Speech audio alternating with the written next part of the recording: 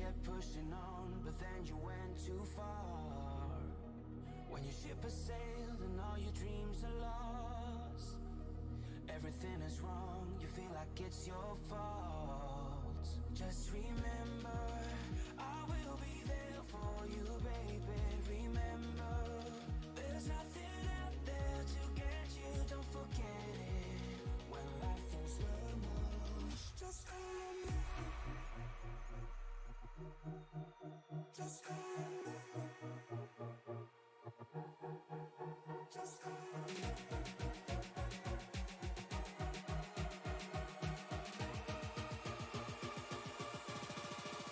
Just call me.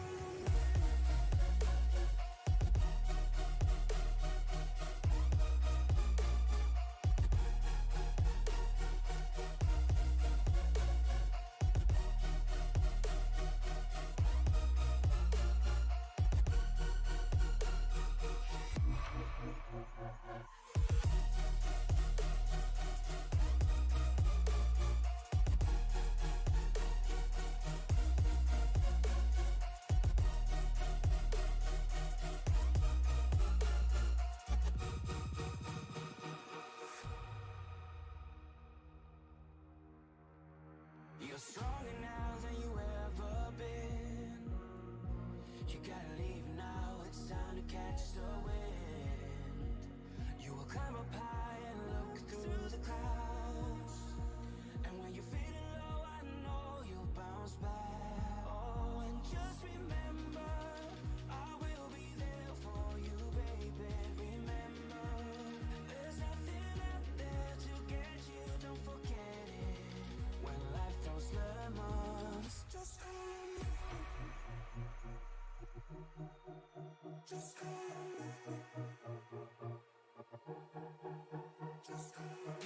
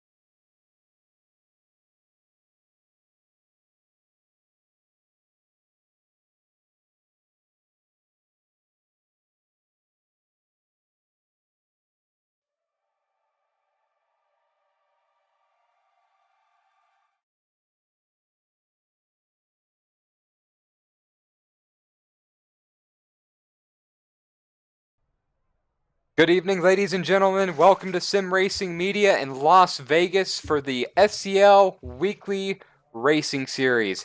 My name is Jonathan Leach. I'm finally back in the booth, and joining me is Zach Woods, the man who's always on SCL, who never misses a beat, and always lets us know when something exciting occurred, just like last night, Zach. If you got a moment you want to tell us about last night before we get this race going.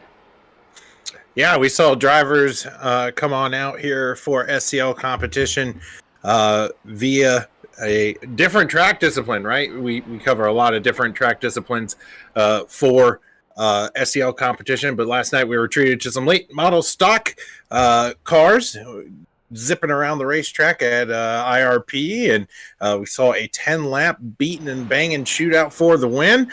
I'm not going to spoil the ending because we just encourage you to watch it. So really excited to cover, as you can see here, what will be a challenging car track combo for these drivers here at Las Vegas.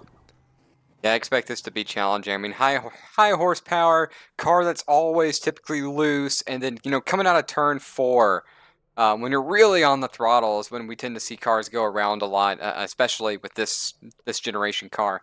So qualifying just ended, folks. It looks like we have a field of roughly 20, possibly 21 cars here. And we're going to be 80 laps here at Las Vegas. We'll take a quick moment to talk about the racetrack. So it's currently 69 degrees in the simulation. The track length is exactly 1.52 miles. The temperature is 70 degrees. And this is an oval. It's obviously in Las Vegas, and it's at almost 2,000 feet above sea level. And I would call this a D-shaped oval. What about you, Zach? Yeah, it is a D-shaped oval. It's got 20 degrees of graduated banking through these corners, high, steep hills here at Las Vegas Motor Speedway. The nickname of this racetrack is the Diamond in the Desert, and these drivers are going to try to get lucky here tonight, trying to get a win here. Definitely a bragging right racetrack. There's a lot of skill that goes in to racing this generation of NASCAR discipline, these Gen 4s around this racetrack. So we're going to take a look here at the rundown for tonight's event. You're going to see up front that 47 machine of Kevin West going to put down a blistering lap time. He will secure the front row spot. Alongside of him will be Justin Lewis, a very familiar name for SCL competition in that 07. Austin Call will roll off third tonight, and beside him, a good qualifying effort from Klaus Williams in that 04 machine.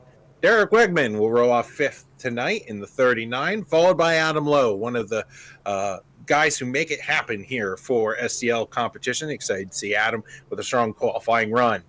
Jason Foskey in the 29 machine. You can see him back there starting in seventh. Beside him in the 718 machine is the rookie of Kevin Ward. He's been making some waves here throughout SCL competition in his rookie season.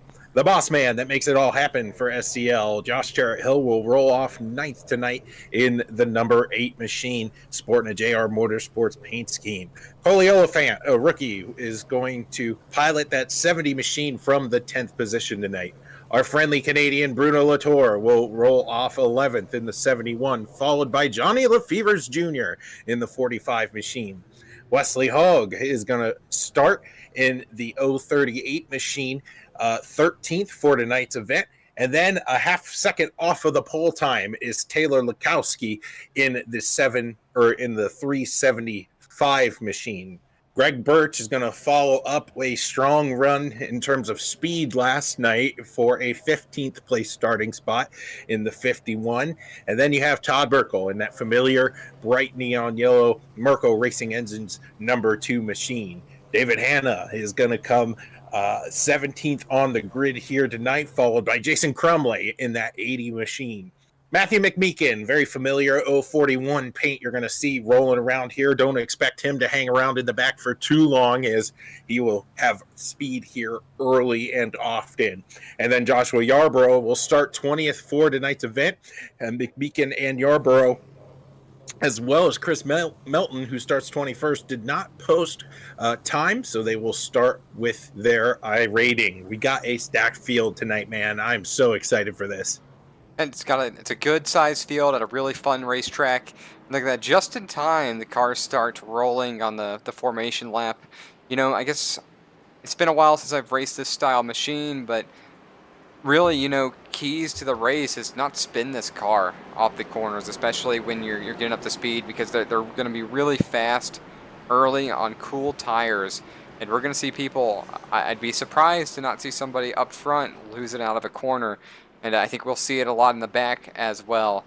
And the draft is going to be kind of challenging, because you're going to pick up more speed than you expect. You might overshoot the corner, and if you overshoot the corner, you'll really burn off the right front. So I expect to see a lot of interest and a lot of side-by-side racing, and I do expect to see several spins in this race. And it might absolutely, yeah, I'll say it might be easiest to say. My goodness, we're rusty.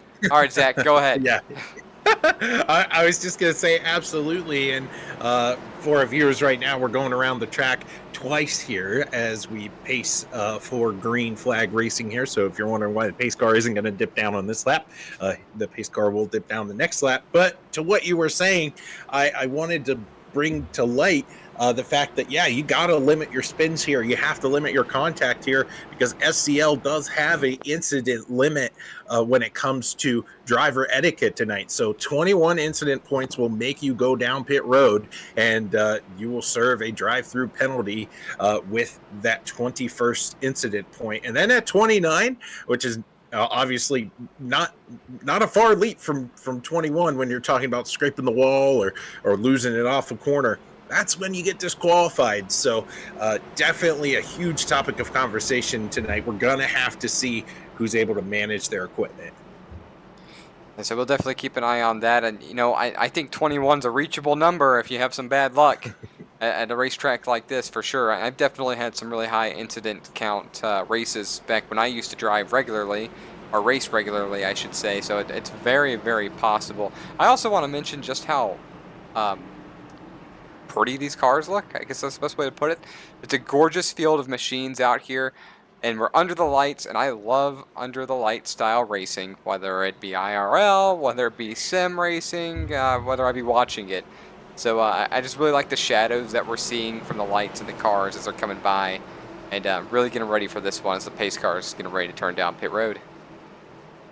2 by 2, the field will come. We have Justin Lewis and Kevin West leading the field tonight. It will be that 47 machine with the button, as he's going to be able to control every restart past this restart. It's on green here to start our debut, now covering SCL competition from Gen 4 here at Las Vegas.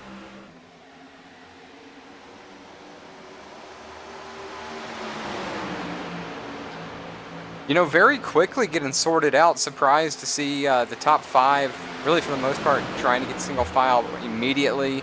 And really they could there, aside from the Tide machine. I believe that's number 18, who was staying to the low side right there. Single file really quickly. I wonder if we're going to see drivers really try to save their stuff early. Because I know Vegas can be extremely tricky, especially once you start wearing your tires out. Oh, yeah, absolutely. We have drivers trying to figure things out and get down to that bottom lane as soon as possible. You can see here, this is a battle for the 6th position. We have Klaus Williams here trying to make some hay here, but as you can see, he's up in the fence, so you got to be careful. There's a cushion up there. Huge scrape there from the 04.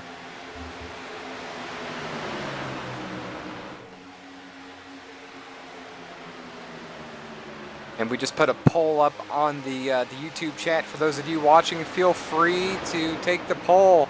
Question is, how many cautions are we going to have at Las Vegas? 3 or less? 4 to 7? 8 or more? I certainly hope we're not going to have 8 or more. I'm leaning towards the 4 to 7 mark personally. But I think we're in for a show, as we've already completed 3 laps out of 80. Coming to lap 4 for Kevin West, who's already got a half-second lead over Austin Call. Yeah, and for these drivers up front right now, it's trying to find a rhythm here early, right? It's an 80-lap race, so one would assume with drivers zipping around this racetrack as fast as they are at about 30 seconds a pop here, you're going to have to find your rhythm early and manage your equipment well, because 80 laps is going to go by fairly quickly. Yeah, coming to the start of lap 5, we're watching Justin Lewis underneath the 8 of Josh Tarrant Hill. You know, I haven't seen any cars getting loose out of the corner, so perhaps I was wrong. You know, maybe these lower track temperatures are protecting a bit against that, or maybe these drivers are just really surprising me. As you see a big move out there in the back at like an American flag machine. I'm not sure who that was. 50. Onto Greg Birch. Oh man, I wish I could see who that was. The 64 machine, I believe, or the 04. Klaus Williams then made a big move to the inside down the front stretch. Really nifty machine right there, kind of just driving an American flag on a black undertone. Yeah, I mean, we saw Klaus harden the outside wall earlier in this event, so that 04 is definitely grumpy, to say the least. You scuff up the passenger side of these race cars, and they just aren't going to travel through the center of the corner the way you want it to. So I bet you he's hoping that he gets an early caution. Maybe that he's not the early caution, but able to have the opportunity to go down pit road and start repairing that. Yeah, hopefully it's not too much of a time frame. But look at this, 3 wide, a little bit of contact back here. This is around the 14th position. It was the 718 Kevin Ward. He's going to come up, and there's some contact with the 71 and the 2. Bruno Latour is in it. The 718 of Kevin West is in it, and Todd Merkel gets a piece of it as well. You can see the 718 staying up there on that high line. There's our friendly Canadian Bruno Latour. Hard luck for him early. And looks like Klaus is going to get that caution he was looking for. But you can see here on the replay, the 718, just like you said, Jonathan, you got to manage throttle off the corner. And I think he just put a little bit too much in it.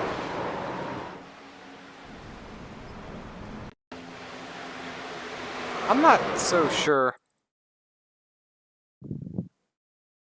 And I hate backing it up like this, but let's get a good idea coming out of the corner. You know, I saw a wiggle from the 75 right there. Yeah, you're absolutely right. So perhaps he's trying to avoid what might happen in front of him. Was that the 75? It looked like a 75. I don't think it was a 75. 375 on my screen. That would be Taylor Lekowski. Ah, right on. Okay. Yeah, I saw a little bit of a wiggle there, and perhaps he got hard on the brakes, and that just completely upset the car.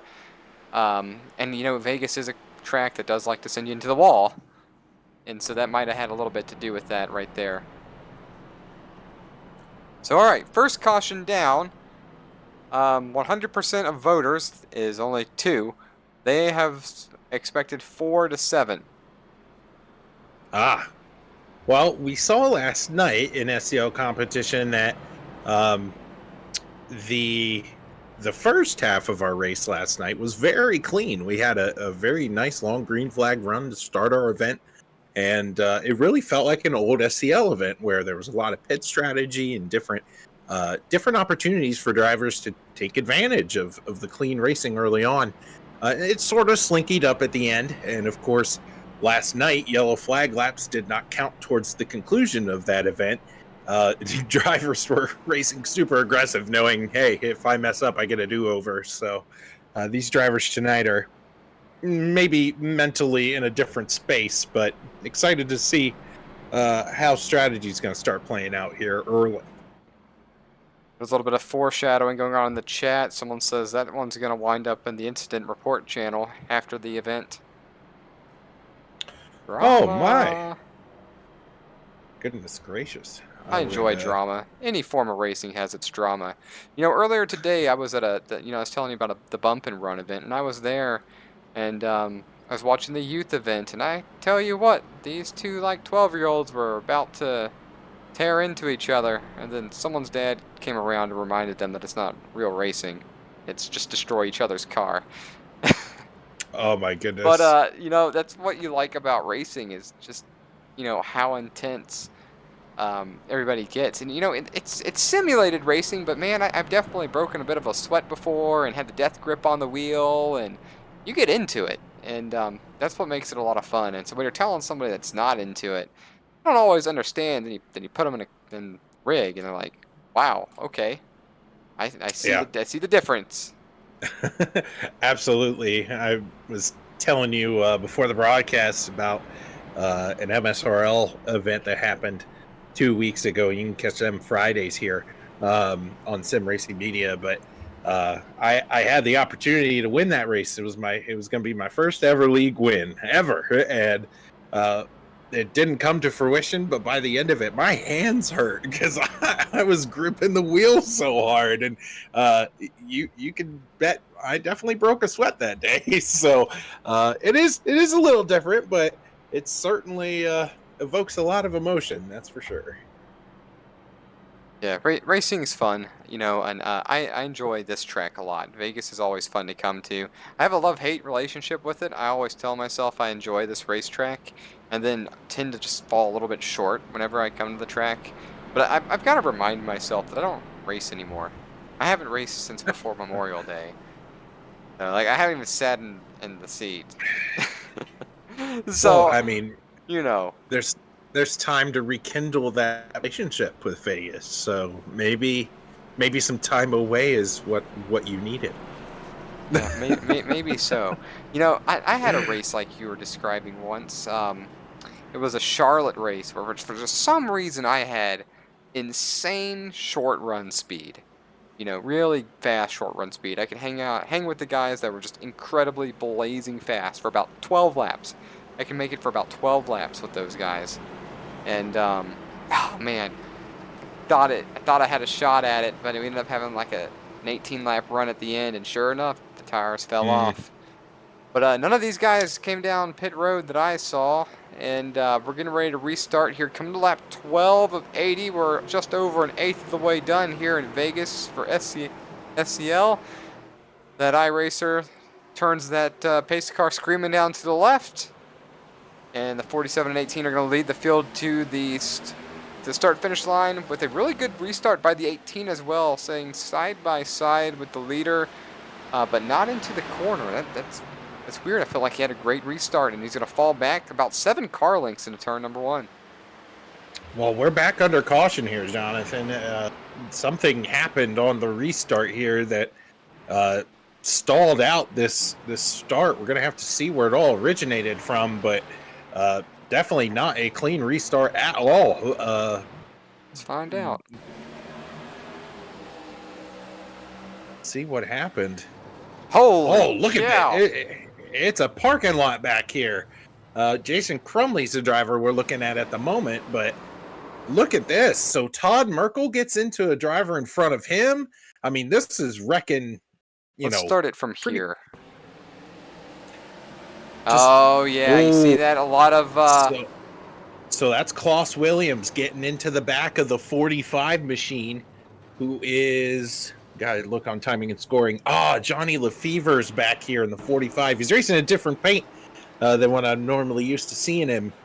But look at the accordion effect up here. Took out half the field, Jonathan.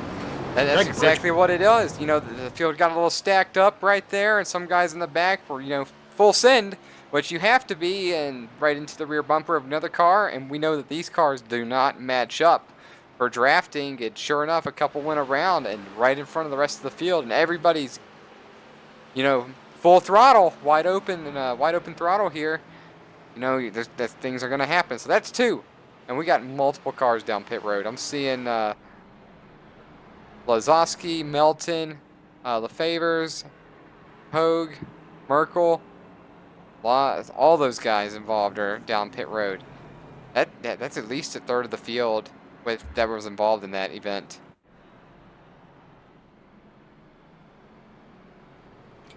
Yeah, tough luck by these drivers now that are trying to figure out, okay, how can I turn this negative into a positive, right? Now you have to get off strategy, and you have to understand that the rest of your race has to look different than the drivers now in front of you as you manage what was a bad situation. You can definitely flip this as we're going to approach probably lap 16 of 80 here by the time we go back to green. Very advantageous part of the run to go down pit road and to manage all of your equipment. So maybe this bad thing will turn out to be a good thing for some of these drivers here in the back. Yeah, I don't think we'd be looking at tires right here, but it's lap 14. If you're not totally destroyed, go get your car fixed. I don't feel like you're out of it. You know, and we've both done this enough to know that if you're in the back in iRacing, you're still not out of it. You know, so they may not be over. But you know, Zach, it seems like there's a request. Someone's asking us to rotate out and come race, so we might need to arrange that for you to take an SRM car to one of these events in the next couple weeks. Here for SEL. Oh, they Yes. don't want me in here. You just gotta leave one lap. Just one lap, you know. I don't know who said that, but y'all haven't watched me race, so I'm flattered, but yeah, not these drivers here in this series. They are so good. Some of them have been doing this for a long time. You know, SEL. They have so many seasons under their belt, and they just continue to chug out great content through the years, and I'm not worthy, so definitely thankful for the flattery, but yeah, we'll leave it to the professionals here. Oh, we call it a sponsor's exemption. You know, like in golf when amateurs go play with the pros and they don't make the Okay. cut. There we go. You need to get the sponsor's exemption. It's all right if you run 20th. It's fine. I don't think you'd run 20th. I think you'd do all right. You know, I haven't raced with you in a while, but you're much improved from the first time we raced together. So. Oh, goodness gracious! Yeah, that was a long time ago, and I mean, I think you'd do all right. I like to hope I learned something from the first time we've raced together. It's been a long time, so but these drivers are getting ready to go here. As you can see, the lights are off on the pace car, and really excited to get some green flag action here at Las Vegas. It always produces some great racing, some comers and goers throughout the night. And you talked about it earlier, the thrill of night racing. There's just so much more grip in the racetrack, and drivers can be a little bit more aggressive. It will require them to get a good restart, though, if we want to see some good side-by-side action. Perhaps we should follow the field this time on this restart. Perhaps. I gotta admit, you know, I was sort of shocked that happened this early in the run. You kind of expect that to happen later, but perhaps drivers are a little hesitant. They're going to start in maybe a different gear than those in front of them. We're going to see once again, can this field get their feet under them, start putting some green flag laps together. It will be Kevin West to the inside of Austin Call, side by side. The 47 will have the button. And we're going to be back underway here from Las Vegas. Going to get lap 17 of this 80-lap event. Much better. Yeah, much better so far, clean. But you're seeing big gaps. So, you know, just like you said, I think a lot of people laid off on that restart a lot there. And, you know, look at the gap from first to second, third, fourth, and fifth right there. Just a huge jump for the leader. And, you know, that's really hard to gain back once you get under speed. Right there in the 18 going down to block the run of the 58 right here into turn number 3. And you've got the 07 trying to follow those cars by, I believe, the number 9 car on the outside, number 8 car. Yeah, that's Josh Jarrett Hill. That's the boss man of SCL competition, side by side with another guy who makes a lot of stuff happen in the 58 machine, and Josh Jarrett Hill hard into the outside fence. Now he's going to get freight trained by a number of drivers here on the opposite end of the racetrack. And that happened very quickly right there. And you see the number 70, that's Cody Oliphant. I'm not familiar with this driver. He must be a little bit new since I've been gone. As Jason Foskey's now up to 5th, and Oliphant is working on the inside.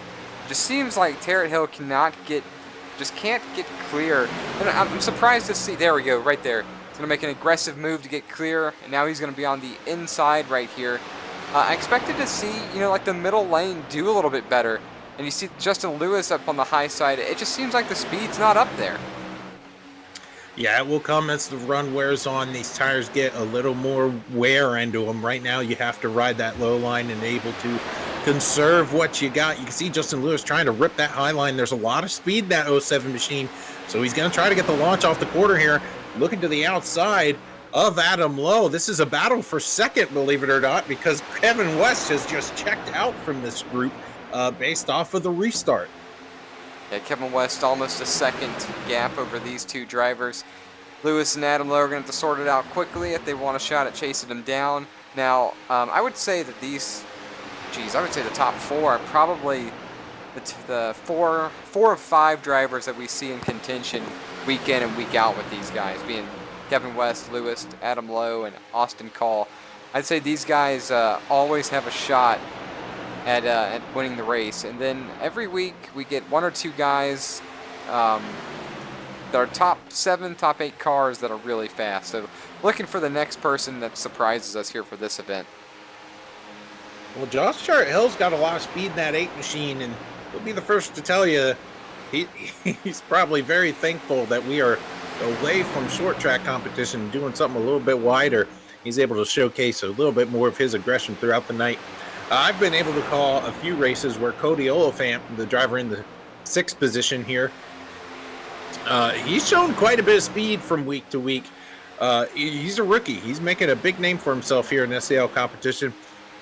Trying to just be smooth and consistent right now. As you can see, the pass to the inside, that's Jason Falke making his way up towards the top 5 in that 29 machine. Another driver with a good, strong run here early. Go back to the field here and check on the 375. Taylor Laskowski, I can say that. I believe he might have had a little bit of a role to play in the event earlier with the 718, the 71, and the 51. Not really his fault per se, but a little bit of a checkup. He's currently scored in the 15th, following Greg Birch in the number 51 machine. This is the battle for 14th.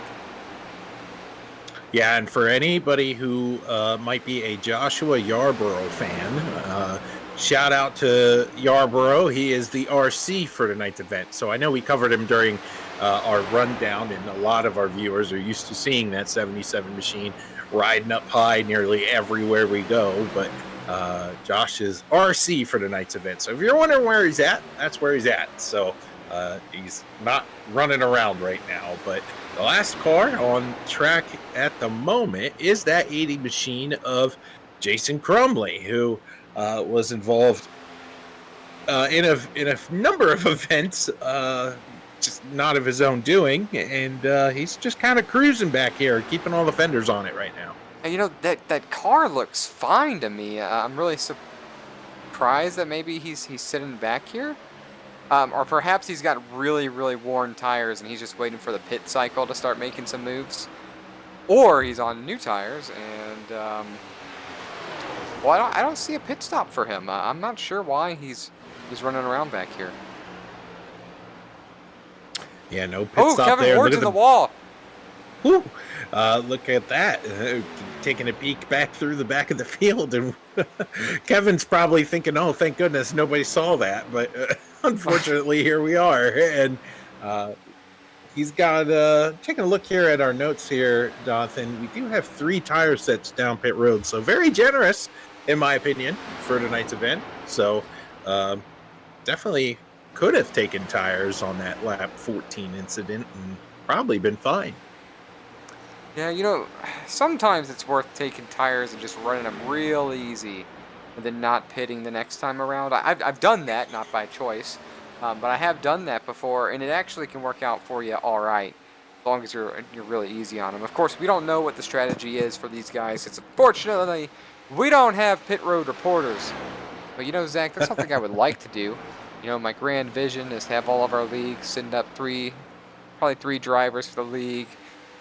A weekly, 10 race mini series.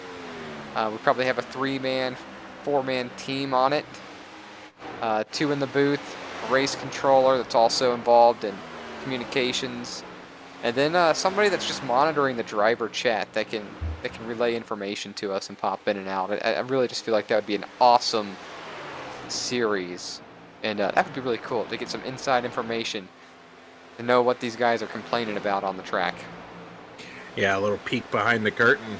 Back up here, we're going to take a look now at a battle between Cody Oliphant, driver of that 70 machine. He's side by side with somebody who we saw earlier in tonight's race have quite a bit of misfortune. There's a big wiggle right there. It's Cody Oliphant here in the 04. Saw him in the fence a number of times during that first run. He is flying through the field right now. Yeah, really making some gains right there. Slowly, still down on his starting position. Started 4th up to 7th.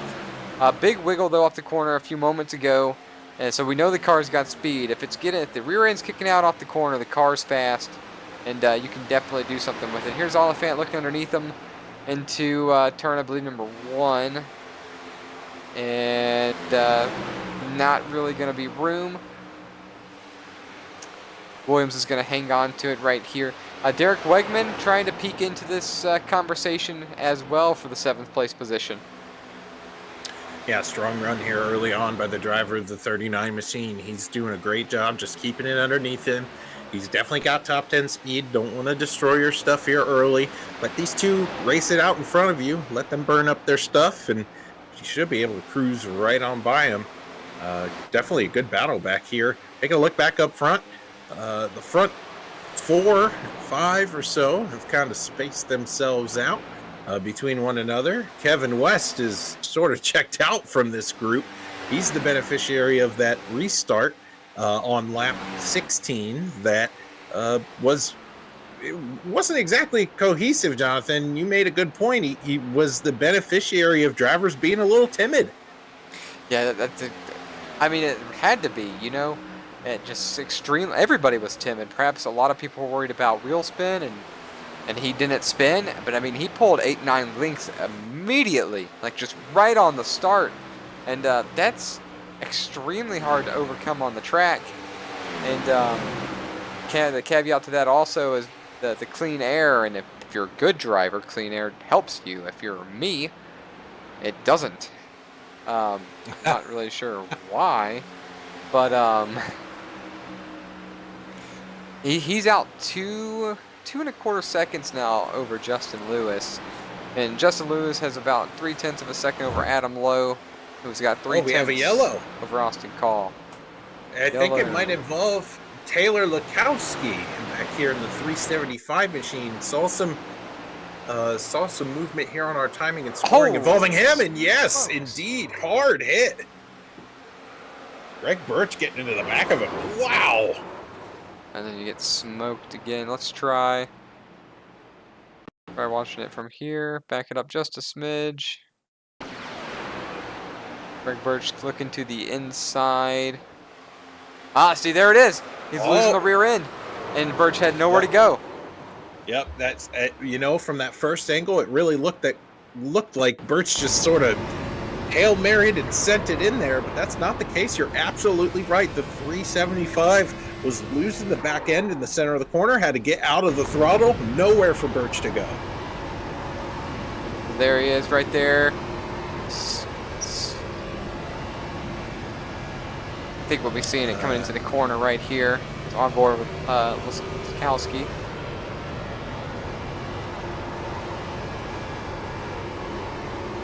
And there he is. He's fighting in. Oh man, maybe this is a few more laps. This must be a couple laps prior. Yeah, this is on the other end of the racetrack, so it's probably going to be here in turns 1 and 2. Yeah, there it is. That's what I thought. Yep. It seems like he's fighting a tough car. Wow, this scoring is many laps off. We'll come back to it right here to see. Jump on with Lukowski. Let's see what happens here. But we saw him fighting a car a few laps ago. Yeah, he got in really hard right here. Yeah, you can hear him fighting the tires, and I think he's gonna think he just got ran over based on what we saw right there, but that's not what it looked like to me. Yeah, certainly not. Just a case of a few drivers maybe with some different stories. But excited now to see how this is going to shake up some strategy. As you can see, there are, well, everybody's all on the same page now. Everybody pitted while we were taking a look. So some drivers, Jonathan, taking a look now, some have pitted twice. I see one driver's pitted 3 times, another's pitted 4 times. Of course, not all of those times are for tires, but definitely something worth noting that perhaps if you took tires on lap 14 and you took tires now, you only have one more set on pit road for the rest of the race. That's a pretty uncomfortable place to be. I can't imagine anyone put themselves in a situation like that. Oh, but, I would. You would? Okay. Well, I mean, yeah, I guess so, because you could split the run here and put some tires on it around 60 and be okay for 20.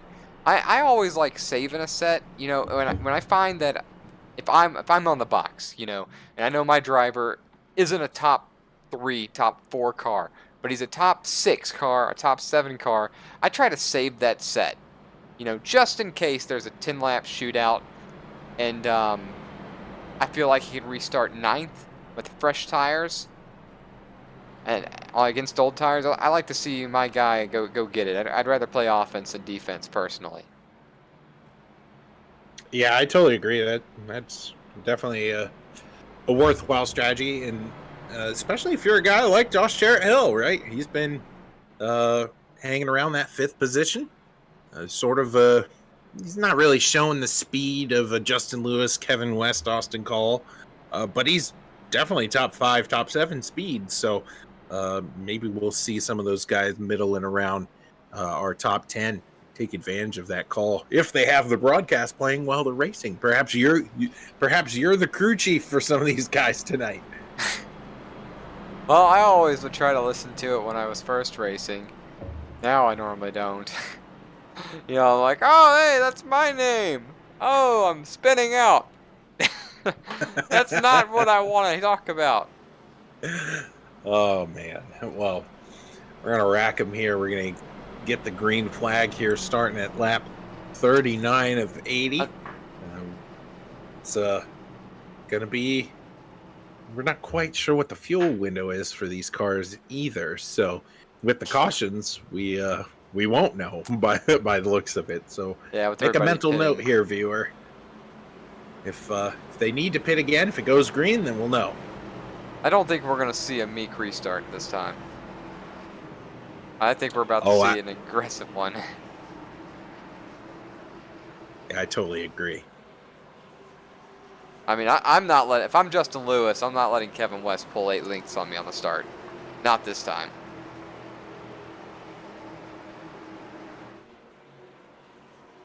His car into the restart zone. Kevin West on the throttle. Well, wasn't 7 lengths, but it was like 5.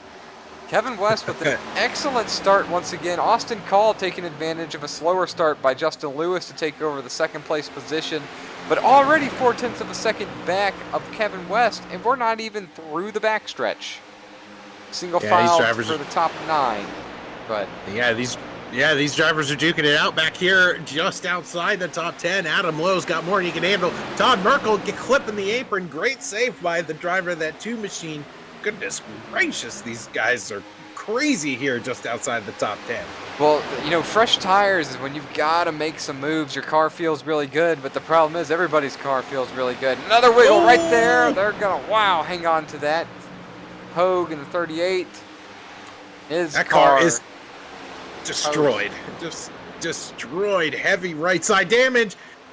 He can't turn it. It's not turning for him. You can see that right front tire. That thing is just not turning. Great job by Kevin Hogue to get it down onto pit road without collecting anybody else. Tough break for the driver of the 038 machine, but he did a great job not making that into anything more than what it was. Yeah, props to the 38 driver for sure. It's unfortunate.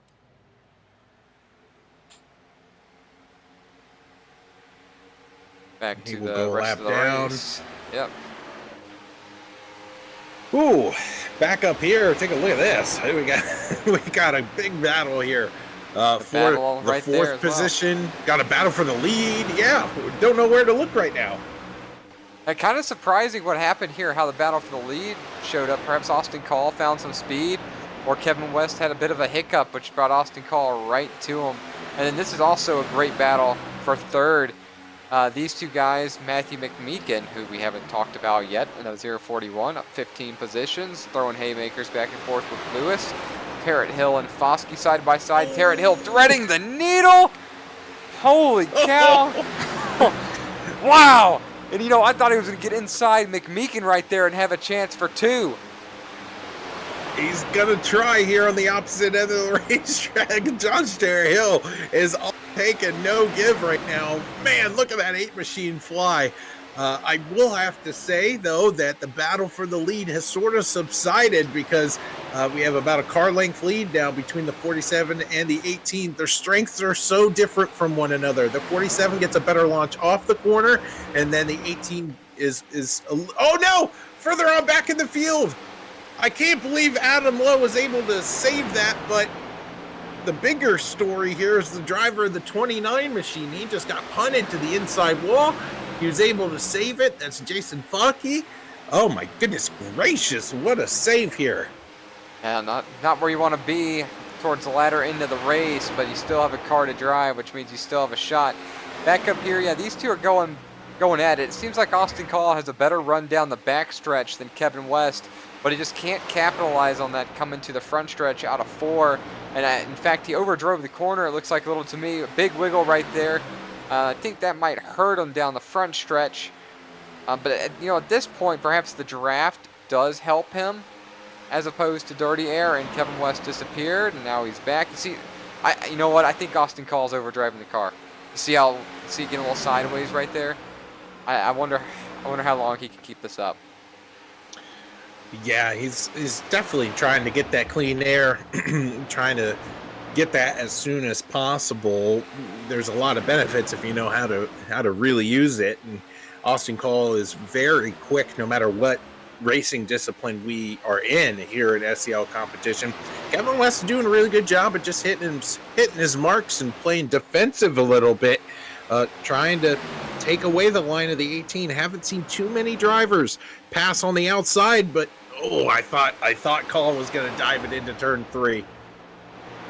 And what we're seeing with Call is he's really able to close it into the corners. And there it is. There's the loose wiggle right there. And wow, he held on to that and kept it within 3 lengths of the lead. Might lose another length down the front stretch, but you could tell he's pushing his car, and Kevin doesn't seem to be pushing the car as much. In fact, let's go on board with Call and see how much he's working this wheel. Yeah, and it's this end of the racetrack, right? The last 2 laps we've seen the driver of the 18 sideways. Look how deep he throws that car into the corner. Bit cleaner for him that time. And we're going board with West now, coming into turn 1.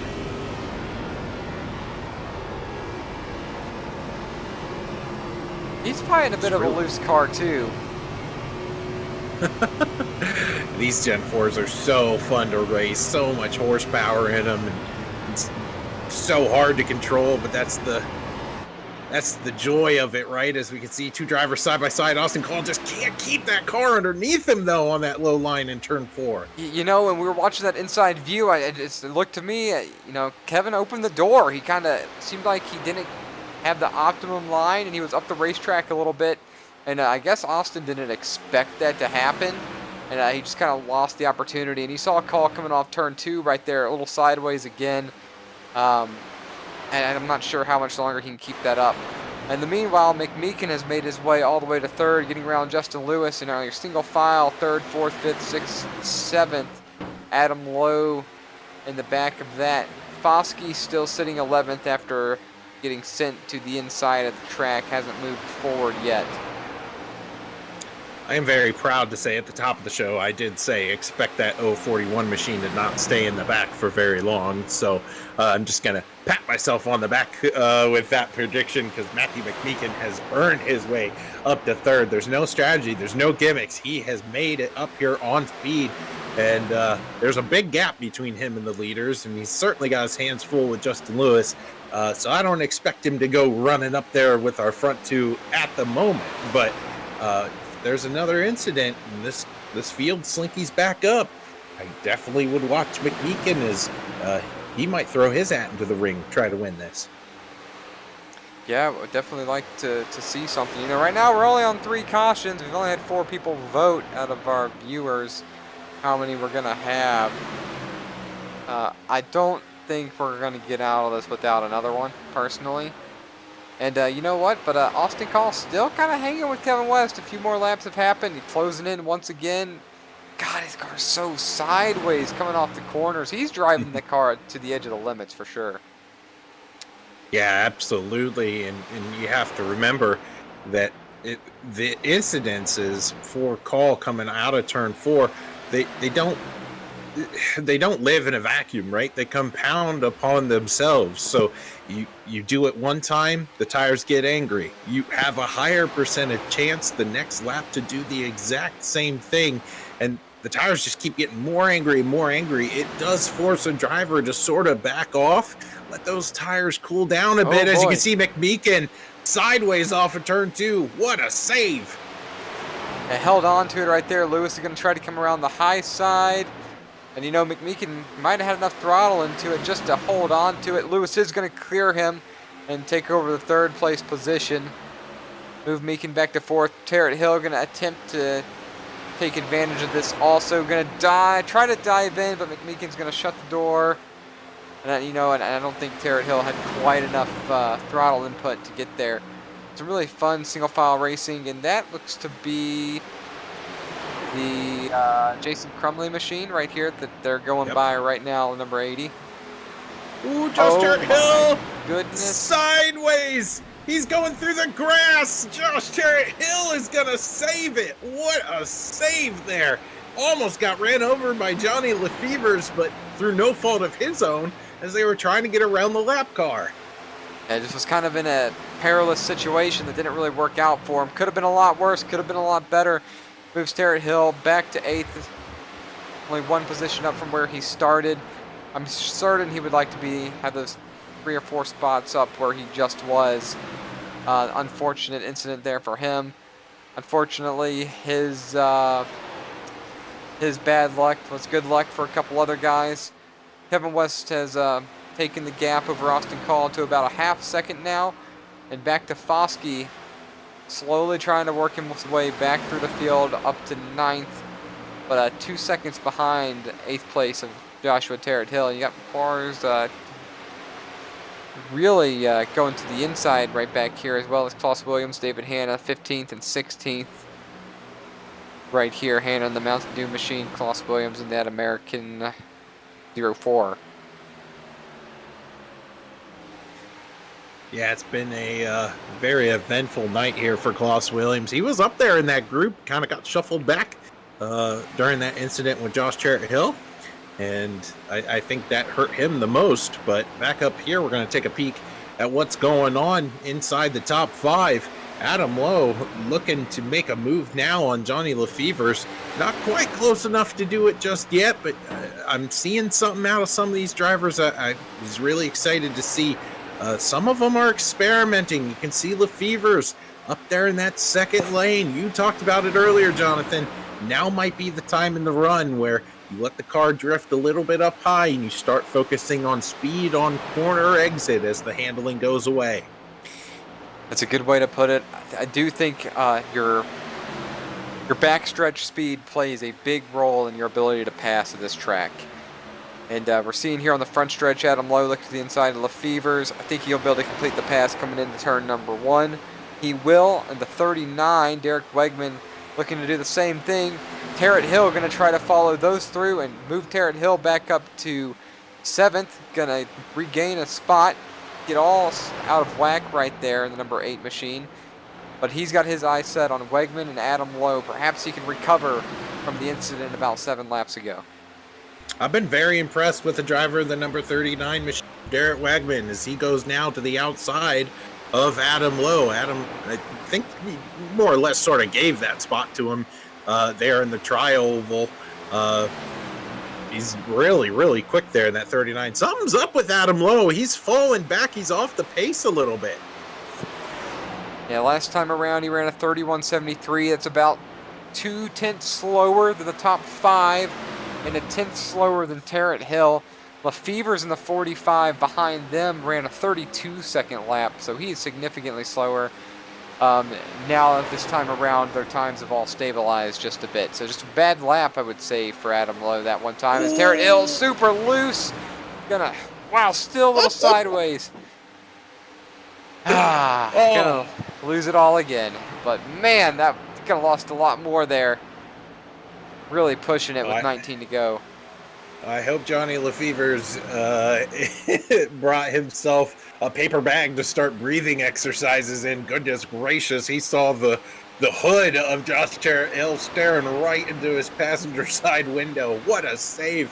And good job by Lefevers to not get into Hill getting loose off the corner. And now you kind of have a gap between these drivers all the way up. Closest is between 3rd and 4th here, Justin Lewis and Matthew McMeekin. as your battle for the lead is, let me take a look at timing and scoring, not really a battle anymore, as Kevin West is sort of pulled away here. Yeah, I sort of expected this to happen if Austin Call wasn't able to get around with the way he was driving the car. He's about 2/10 slower now than Kevin West, who's really 2/10 faster than the rest of the top 10 consistently. Each lap, he's running in 31.4s, and Call, Lewis, and McMeekin are in the 31.6s and 7s, and the occasional 31.8. So Kevin West just really managing his tires well and running a fast time. In fact, he's only a second and a third, a second and a fourth slower than his best lap time, and we're 25 laps into a run. He's really managing tires sufficiently enough to be the class of the field and win this event.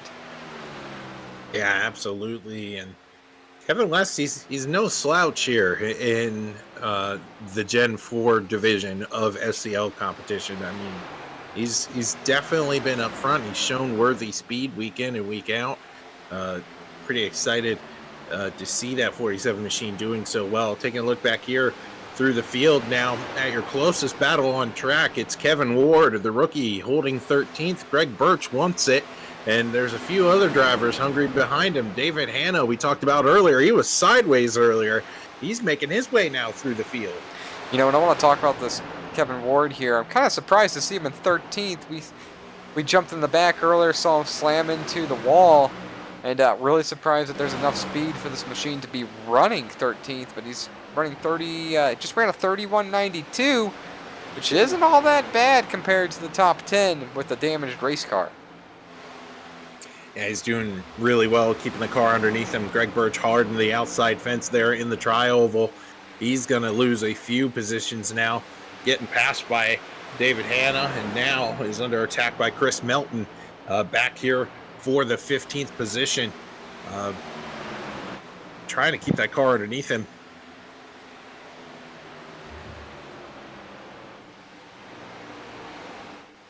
All right, 13 laps remaining here at Las Vegas. 45-minute running time. This race is going extremely quickly, but with 30 seconds a lap, only 3 cautions. They all kind of are bing, bang, bam, right up at the front. Just made up that list of sounds. It sounded weird, but I did it. West coming into turn number 4 with the 1.5 second gap over Austin Call and a 4.25 second gap over Justin Lewis.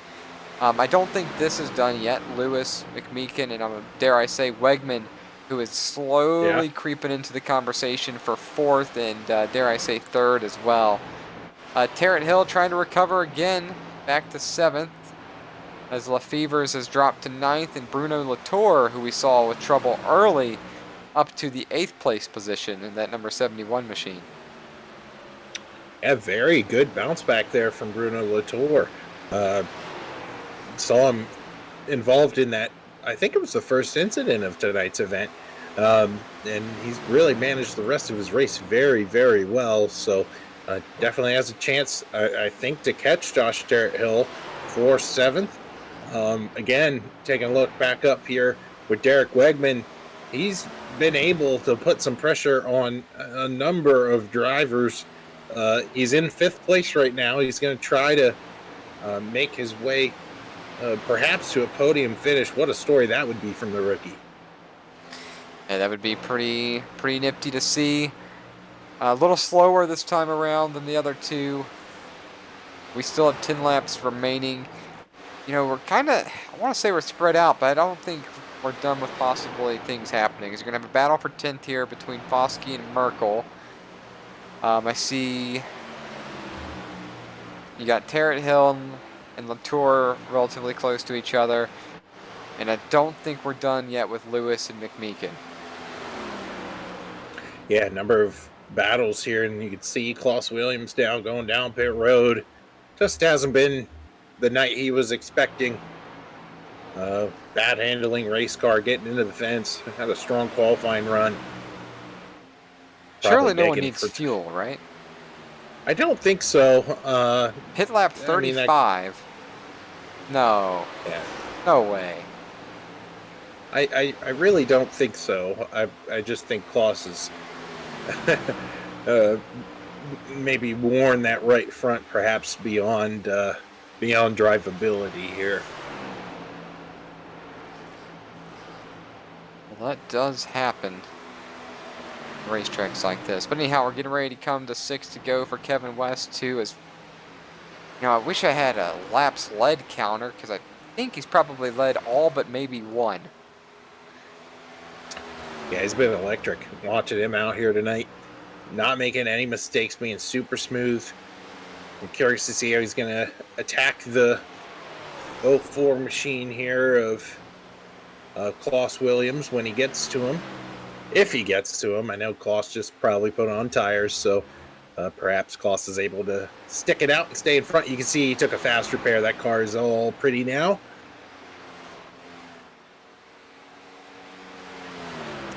And there I say he will not catch him. Yeah, probably just wanted the ability to drive 6 laps in peace. So definitely, you know, if you're all the way back, you don't have a chance to gain any positions. Not a bad take. Yeah, that is a good way to put it here. Foskey still trying to gain on the 10th place car, Todd Merkel. Merkel's down pit road. Does that mean what I think it means? No way. That's 2 down. He doesn't. Car doesn't look damaged. Well, the famous Zach Woods-ism, I have been wrong before, and I will probably be wrong again, has struck again, as Todd's going to take tires here on pit road. 4 tires and fuel here for Todd Merkel with 4 laps to go. Everybody must have to pit if he's taking tires. Oh, my goodness. No way. What? We'll have to see if that's the case. Maybe these drivers were saving. Maybe that's the reason why Austin Call has backed off so far from our leader, Kevin West. Or, you know, it could be a nothing burger. And we're looking at drivers who, you know, they've gotten loose off the corner a lot of times in this run. I think the 47's going down pit road. Is that the case? Nope. I was wrong. I've been wrong before, and I'll be wrong again. You know, there it is. But why would you pit from 10th? That I don't get that. You're not going to get that back in 3 laps. I don't understand. The only thing I can think of is a fuel. But, or perhaps he wore the right front off of it. I mean, that's for a lot of these drivers, they've spent a lot of this time in this run sideways, and it's that definitely could be the case. I mean, look at the front 3 here. Every corner they are sideways, so it wouldn't surprise me if some of these drivers who struggle with tire management are sideways in the corners, screaming for a new right front. Well, that's a bummer. As we come to the white flag for Kevin West, we were expecting to see some drama coming to the end with 2 oddly timed pit stops. Doesn't seem to be the case, as Kevin West is going to come down to the backstretch with a 2 1/4 second gap over Austin Call. Just has to do what he's done all night long and run one more clean corner, sail off into the sunset here at the Diamond in the Desert. Kevin West, as Zach said, it was electric, led all but perhaps 1 lap today. Wins in Sin City at Las Vegas for this SCL Weekly Cup Series, or the Weekly Racing Series. I'm going to have to take a look at timing and scoring. I think Justin Lewis beat Austin Call back to the line, so sure did. Justin Lewis cranked it up there in those last 2 laps, was able to catch his buddy Austin Call and pass him for second. Watching a replay here of the last lap. We're going to see how this happened. Watching Justin Lewis try to track down Austin Call. I wonder what caused this to happen. Following Call here down the backstretch. No big wiggle. I mean, Lewis passed Matthew McMeekin. He was flying towards Call. Perhaps Call gets loose here. He ran out of gas. That looks out of gas. Did McMeekin run out of gas? No? But he did. Wow. That's got to be it, right? I guess so. I guess, we do have the ability to interview our top 3. I mean, Yeah, we do we're going to that, find out. So, oh, if that's the case, that's a heartbreaker for Austin Call. He spent a lot of this race in second and probably really wanted second after he figured out that first wasn't obtainable. Trying to watch McMeekin here. Yeah, Lewis I had think already gotten McMeekin- past him, though. Yeah, I think McMeekin's fine. I think a lot of these drivers decided they wanted to save fuel here late in the game. So let's talk to some of these drivers and see. We have the technology. We don't have to speculate all on our own. Maybe he just got loose there, but So I'm gonna bring Austin Call. Maybe. oh, he got loose.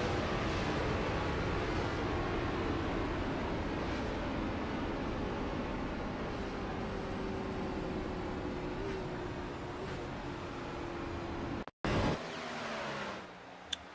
trying to bring our third place finisher. Yep, there he is. All right. Well, as the boss man continues to look at cams, whoop, we are going to be greeted. Sorry, Austin. We're going to be greeted here by Austin Call in the booth, and Zach Woods and Jonathan Leach up here in the booth for tonight's SEL event. How you doing? Out of fuel. Oh, that's right. All right. That's the ever-pressing question that we up here in the booth are trying to figure out. We saw a number of drivers go down pit road with about 5 laps to go, and then we caught you running out of gas at the start-finish line. So, talk to us. Kind of when did it dawn on y'all that you were going to have to save gas? The moment that caution came out, Oh, that forced us down pit road. My goal though was, I thought that if the amount we had to save, my strategy was going to be try to go up, either push Kevin so hard he could not save fuel, or get around him, go off into the distance, make a splash and go, and then salvage what positions I can. The tires did not hold up the way I wanted them to. I just couldn't make the pass, so I had to resort to saving as much fuel as I could. I was a lap short with about 15-20 laps to go, so I don't know how I made it all the way. well, technically you didn't, but we'll save the technicalities for another day. You've been away from the sim, at least here for SEL competition, for quite some time. What does it mean for you? I've been here in the booth all week, been watching you race. What does it mean for you to sort of get back into the swing of things and start hitting your strides again here with these podiums? Pretty good. I missed 2 weeks because I was out doing stuff, and come back, and I feel like I've performed pretty well so far. Obviously I would like to get wins, especially competing for the championship, but I think Kevin's, unless he misses a race, he's got this one in the bag at the moment. But just getting the podiums, getting obviously a rhythm back in, and just finishing races. All right. Well, hey, I know you got thank you sponsors and shout outs you want to give for tonight's third place finish. So I'm going to leave this time up to you. Obviously, I got to thank my teammates, Justin and Todd. They're always great to have in there, especially for strategy. I had to direct Justin out of my way. I was pretty much telling him for an entire lap, I'm going to run out of fuel. And he didn't hit me, so that's cool. So I gotta thank them. I gotta thank my parents for letting me do this. I race 3 nights a week at the moment, or 2-3 nights a week, depending on how bored I am. For letting me do this. They're not here right now, so but I think my dad's watching from wherever he is. And I gotta thank my grandma for watching all my races. She always comes here whenever she can, and is always just watching. All right, got a lot of people rooting for you, Austin. Good job on tonight's finish. Able to stretch that fuel just enough for that P3 finish. Go and enjoy it. Yeah, thank you. He's always a good talk in the booth at the end of the race. I just like that we can provide his grandmother entertainment. I think that's awesome. Yeah, she's very faithful. I mean, every time we're able to talk to him, he always gives her a shout out. So that's pretty cool.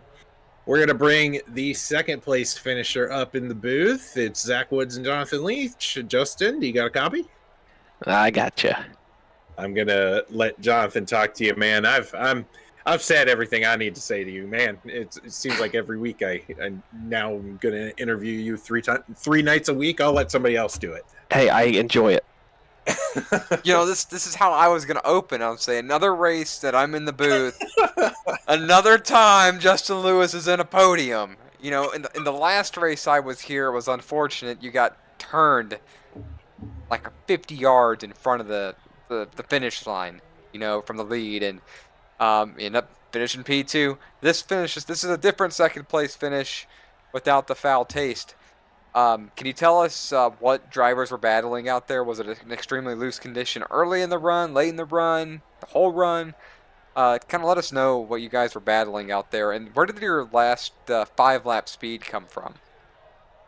Yeah, so really, I got in here way later than I normally do. I got held up at work today a little bit, so I didn't get any practice as far as it came down to, you know, figuring out a race pace, but I had the qualifying thing down. That's pretty simple.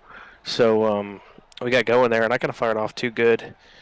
Got back up to second, and then realized like I'm probably in a little bit of trouble here. So got that caution, which was like at a timely spot, which I knew right away like fuel was going to be stupid close, and I basically pitched that idea to Austin, like, hey, you might want to watch your fuel here. So then he started saving a little later than I did, which obviously he ran out. But from the green on that, from the green flag restart back there, I literally just started running about 85% throttle max because I knew, like, there's no way they were going to make it, which I guess that was a lie because Kevin proved me wrong. But he somehow made it with more fuel than I did. So I'm very confused. I don't know. He's got some tactics that I would love to learn.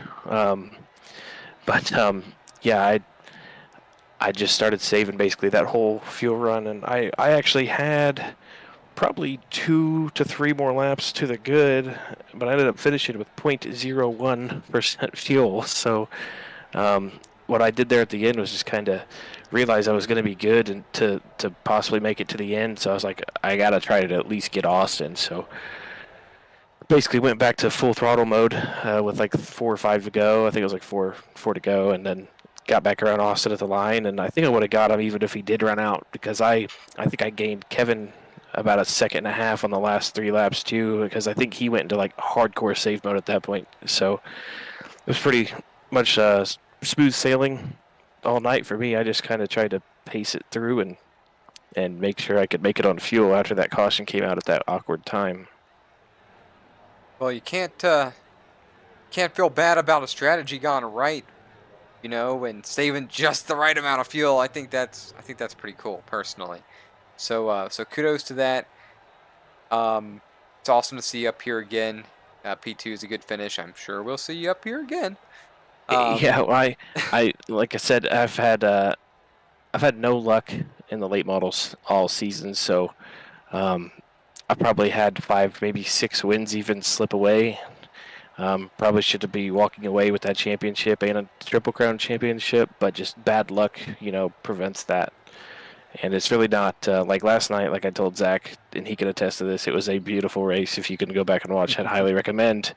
I went back and watched it twice this morning just to see where I messed up, and I really couldn't tell you anywhere I did. It just, we both were about even.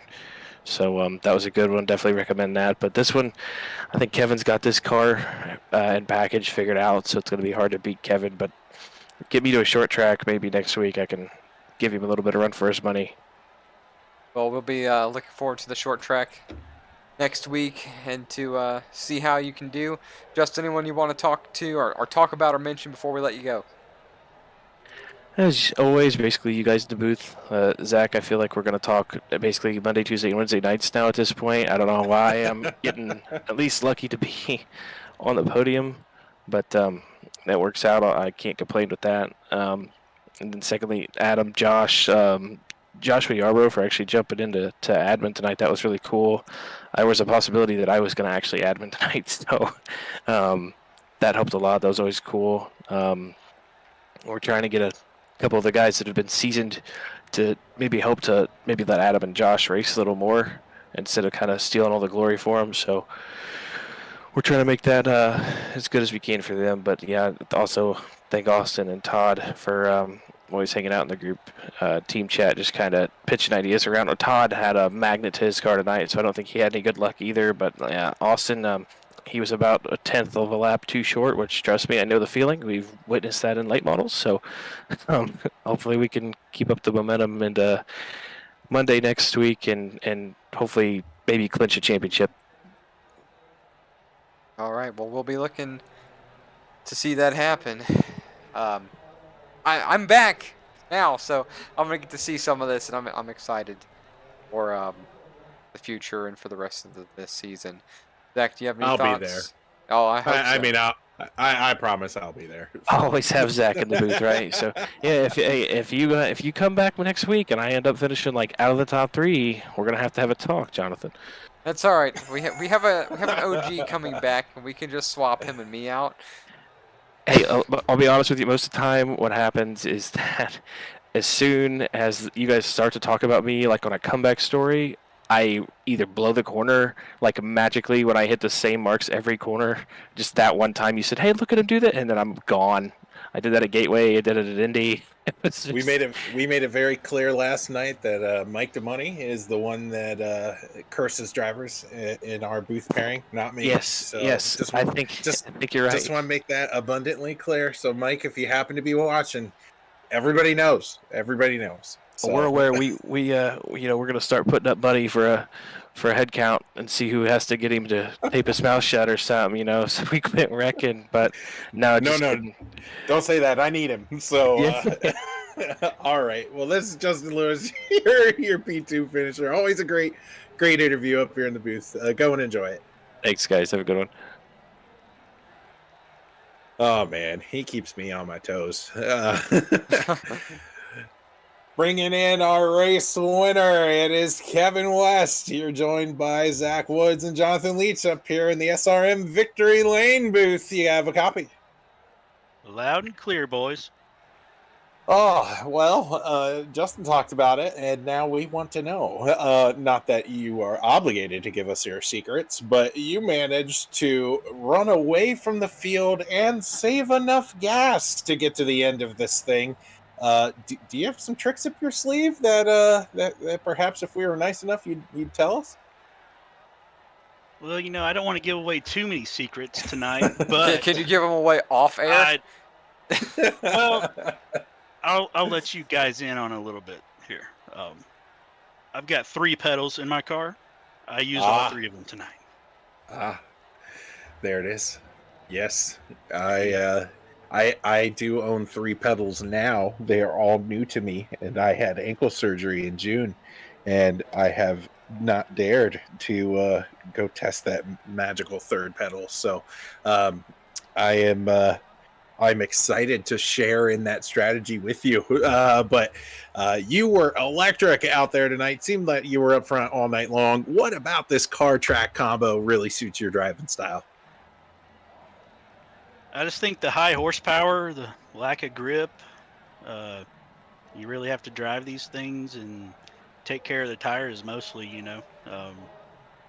These cars, they're a little less forgiving if you get the tires hot and get the tires mad at you. So just not sliding the right rear off the corner is really huge in these cars. And I just enjoy being able to go as fast as possible and not use my stuff up. Jonathan, you have any questions or comments you want to give to our race winner? It's starting to become a regular occurrence whenever I'm here. Justin Lewis is on the podium and Kevin West wins the race. So I like that. Yeah, I bet Yeah. you do. Yeah, I'm come all on right back. with it. Although I'm waiting for the day for someone to really race you hard the last few laps. That's going to be a fun for us, probably fun for you, and definitely a blast for them. Um, I enjoy this series. That's why I like to call it. So it's great to be back. My lopsided schedule is over, so I should be here for at least the Tuesday, Wednesday shows again. So excited for that. That's all I got for you, Kevin. Congrats on the win. I think you led everything but one lap. Dang, So, I really not lead them all. you That's kind of probably disappointing. did. You probably did. But All right, I'll have to I'm go look at not it. certain. All right, guys. Appreciate everything you guys do up there. You guys are really awesome at what you do. I enjoy going back and watching the broadcast. So, thank you guys. We appreciate Well, the shout out. a classic whooping here from Kevin West up front. Go and enjoy that P1 finish. Thanks, guys. You know, and before we go into the results, Zach, I want to thank the people watching, the family members watching, any of the drivers that are watching, and those that participated on the poll and in the comments on the race. And I don't understand why people are voting after the race on the poll, but the votes have changed a little bit since the end of the race. But I want to thank you guys for spending your last hour and 20 minutes here with us as we're watching Kevin West burn it down. Don't go on autopilot here, man. We still got a rundown in order to get through. Not everybody finished in the top 3 tonight, so let's go. I didn't know if you were gonna just sign off and go on autopilot. I mean, I know you're the boss man, but you are a little rusty. So No, Zach, I'm just thanking everybody, Zach, before they leave because no one stays for the results. well, maybe your favorite driver is not inside the top 3, and you want to know where they finished. So, Sure. let's take a look. Let's take a look here at the rundown and see where the rest of the field ended up for tonight's event here at Las Vegas. All right, so you see our top 3: Kevin West, Lewis, Austin Call. Matthew McMeekin, we saw with a lot of speed. You know, like you said, Zach, early, he wouldn't stay back there forever. But, you know, I think fuel now was a thing for everybody. And I'm thinking once he got passed by Lewis, fuel became a thing. Or he decided before that fuel was an issue. And same with Adam Lowe. And look at that recovery to 6th, though. Bruno Latour. First incident of the night, finishes P6. Yeah, definitely a good bounce back day for Bruno. Is going to finish 6th. 7th will be Derek Wegman in that 39 machine. We had a lot of high hopes for that 39 there towards the end.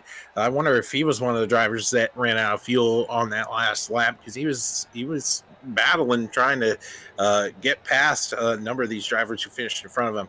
Johnny Lefevers Jr. is going to, I was going to cover it. Gotta try to find it now. There it is. Johnny Lefevers Jr. is going to finish 8th with Josh Hill racing that 8 machine, finishing 9th. Jason Foskey is going to bring that number 29 home 10th. Chris Melton up 10 spots from where he started tonight, bringing home that 52 in 11th. 12th is Taylor Leskowski is going to come home 12th. Cody Oliphant, the rookie, had some ups and downs tonight, and he is our 13th place finisher, followed by David Hanna, and Kevin Ward will round out your top 15, followed by Greg Birch, Klaus Williams. Lots of storylines for Klaus tonight in that 04 machine. Just unfortunate night for him. Todd Merkel is going to finish 18th, 19th. Will go to Wesley Hogue. Jason Crumley will finish 20th. And Joshua Yarbrough, shout out to him as the guy who gave up a starting position in order to admin tonight's event. Takes a village, but certainly a good event here at Las Vegas. Yeah, absolutely. Really fun racing. You know, 3 cautions, less than I expected to see. They all kind of happened early. The one, you know, just traffic stop, you know, locked traffic. What's the word I'm looking for here? Stop and go traffic. We had that kind of incident happen, and then from there we had the 2-car spin. That was Greg Birch and the 375. I lost my train of thought. The 375 being Taylor Leskoski, who is involved in a couple incidents. And then from there, it's smooth sailing. As far as cautions go, a lot of fuel saving, speed from all over the place. Overall, a fun race. SCL doesn't disappoint. Las Vegas doesn't disappoint. This car doesn't disappoint. And Zach, you don't disappoint when you're here for SCL. So I had a lot of fun. So you guys in the chat or in the YouTube, feel free to comment and tell Zach thanks for holding things down all the time. We greatly appreciate him at SRM. But as you were saying, Zach, that's gonna do it for us. This time I'm actually gonna close it out. But as Tony, our buddy here at Sim Racing Media, says, when you walk through life, please don't play in traffic. And I hope everybody has a good night, and we'll see you back for SCL on Monday. And we have racing the rest of the week here at Sim Racing Media. Have a good evening.